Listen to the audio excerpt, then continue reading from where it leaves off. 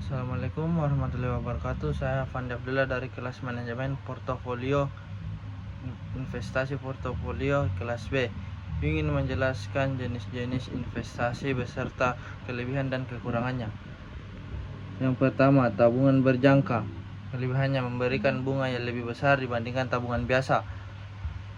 2. Minim risiko. Kekurangannya, tiap bulan harus menyediakan dana untuk disetor ke rekening khusus tabungan berjangka. 2. Tidak bisa diambil sebelum jangka waktu yang dipilih. Jenis berikutnya deposito. Kelebihannya minim risiko, bunga tabungan lebih besar dibandingkan bunga tabungan biasa. Kekurangannya, jika diambil kurang dari jangka waktu tertentu kita akan kenakan penalti. Dan bunga masih lebih rendah dibandingkan dengan investasi lain yang berhadapan langsung dengan uang pasar. Yang ketiga, obligasi. Kelebihannya, bunga lebih besar dibandingkan bunga deposito. Kekurangannya, jangka waktu penyimpanan lebih dari 1 tahun sehingga dana nggak bisa langsung dicairkan. Dan tinggi resiko berhubung obligasi adalah surat hutang, jadi kita memberikan hutang pada perusahaan tertentu atau pemerintah. Dana kita berisiko tidak kembali jika perusahaan bangkrut. Yang keempat, saham.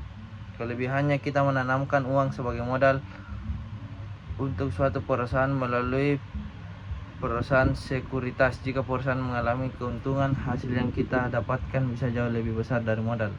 Kekurangannya, jika keuntungan bisa berlipat ganda ketika harga saham naik, artinya kita juga berisiko mengalami kerugian besar saat harga saham turun.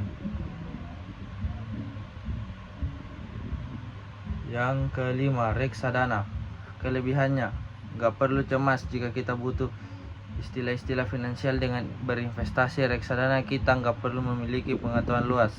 Dana kita nantinya dikelola oleh manajer investasi, tinggal tahu beres deh.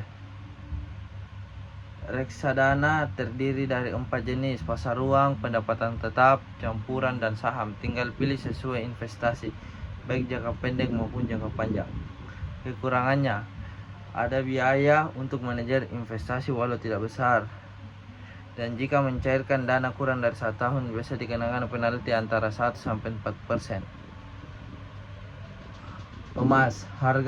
Kelebihannya, harga emas cenderung naik tiap tahun, terutama logam mulia, batangan, ataupun koin. Dan aset yang mudah dijual. Kekurangannya, butuh tempat penyimpanan khusus jika nggak mau dicuri. Yang terakhir, ketujuh, properti. Harga rumah dan tanah cenderung naik tiap tahun. Kelebihannya, dan dapat disewakan sehingga bisa memberikan penghasilan tambahan. Kekurangannya, butuh dana yang tidak sedikit untuk modal dan tidak bisa langsung dicairkan karena butuh waktu untuk menjualnya. Sekian dari saya. Assalamualaikum warahmatullahi wabarakatuh.